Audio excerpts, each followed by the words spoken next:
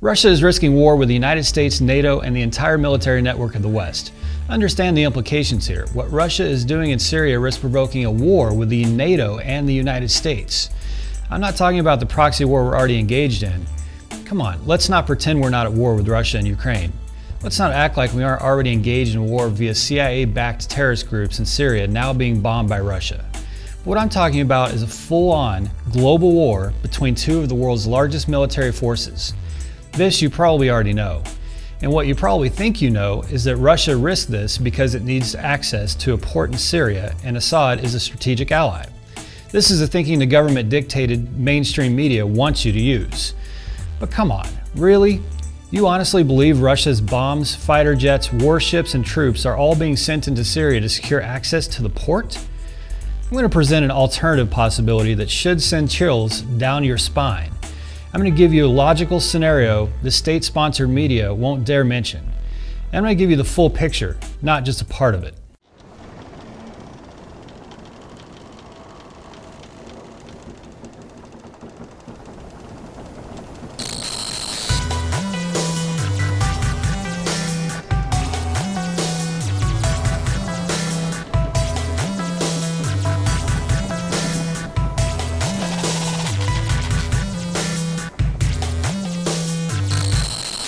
Welcome to the Truth Anchor at libertynews.com. I'm Eric Odom. Russia's economy is in a world of trouble. You may know they're suffering, but do you know the extent of it? Let me help bring you up to speed. Before 2014, Russia's ruble, their version of our dollar, was one of the world's top performing currencies. In fact, for a while, it was the world's best performing currency. Those days are long gone. In 2014, the ruble has lost 59% of its value. It lost 25% since May of this year. That's like having your dollar become worth 25 cents in the span of a year. This loss in wealth and value has brought about devastating economic consequences for Russia. So devastating, in fact, that Russia is essentially on its deathbed connected to a feeding tube and breathing machine. Yet here we are, watching Russia conduct significant warfare in Syria. All of this according to state-approved media outlets like CNN, MSNBC, Fox News, and the rest of their ilk, because they need to secure a port? Seriously? Why is this happening in Russia? It's simple. The U.S. allies in Saudi Arabia, the U.S. and its allies in Saudi Arabia rather, are making it happen. It's economic warfare and we've declared it. Saudi Arabia agreed to flood the world with oil supply and the price of a barrel of oil tanked from $100 a barrel to $40. Just like that, almost overnight, Russia gets 60% less for every barrel of oil they export. You know the cheap gas you buy at the pump? Cheap oil is good for America because we don't really export it. But import ours, which means cheap oil, is great for the United States. But having cheap oil available in the global market has the opposite outcome for Russia. This because Russia is an exporter. In fact, 60% of Russia exports are oil and gas. 60%! The oil and gas they export makes up a whopping 30% of Russia's gross domestic product, or GDP as it's commonly known here. With all of this in mind, Russia is desperate. Russia is looking for a means to an end that doesn't spell complete and total economic collapse. Syria isn't that end. Saudi oil supply is.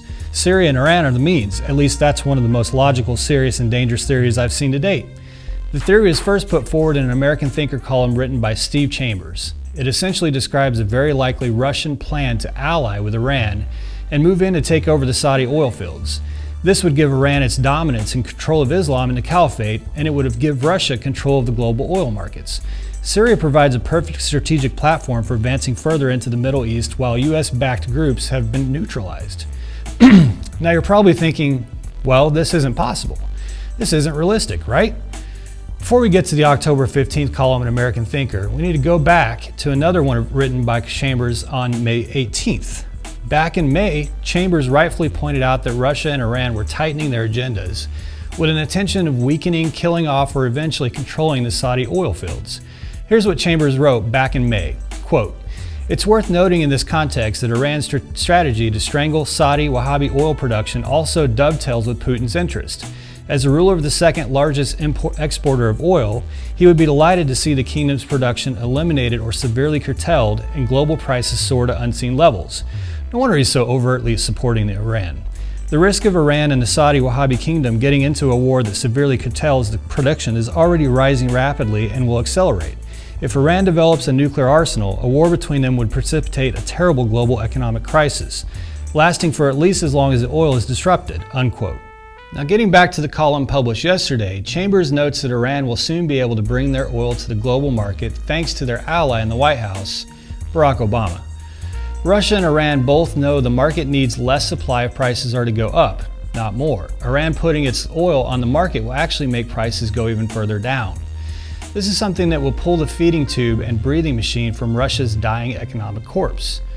Russia must do something, and it must be done now, or else they're finished, done. Bankrupt and irrelevant. So Iran and Russia both need less oil on the global market, and or the ability to control the price of a barrel of oil on the global market. You with me so far? Now, in addition to the price of oil, there's another agenda at play. For Iran and Saudi Arabia, it's about control of Islam. Iran believes it has the right path and leadership to create a caliphate and help Islam dominate the world. Saudi Arabia isn't on the same page, and the two are at odds, oftentimes butting heads on who is the authority voice on Muslim matters. Iran doesn't like Saudi Arabia. They don't like the Saudi grip on the Muslim world, and they would prefer Saudi Arabia be removed from the picture. Indeed, Iran would like a reality where they have free reign to build a caliphate, dictate the agenda of Islam, and control the oil market to fund their evil objective of global jihad. Russia having to ally with Iran is probably not the most appetizing of all scenarios, but what choice does Russia have? Besides, what does Russia care what happens with Saudi Arabia? For Russia, Saudi Arabia is a problem because they work with the US to keep oil prices down. Iran is not in the business of helping the American economy and hurting that of Russia. Iran is in the business of bringing in as much money as possible to fund its caliphate and terrorist agenda. Look, Iran is fighting and winning in Yemen. Now they're well positioned in Syria. They can control access to the Persian Gulf, and they now have Russia on board. Plus, Obama just freed up $150 billion and basically made it possible for Iran to continue its nuke program. Could Obama stop it? Absolutely. It doesn't take a single pair of boots or a bomb. All Obama needs to do is open up oil reserves in the United States. We have trillions of barrels of oil under American soil, and Obama refuses to allow us access to it.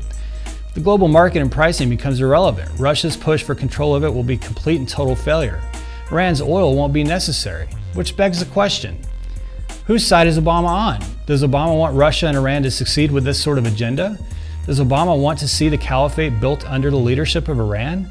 Actions speak louder than words, or in this case, inaction.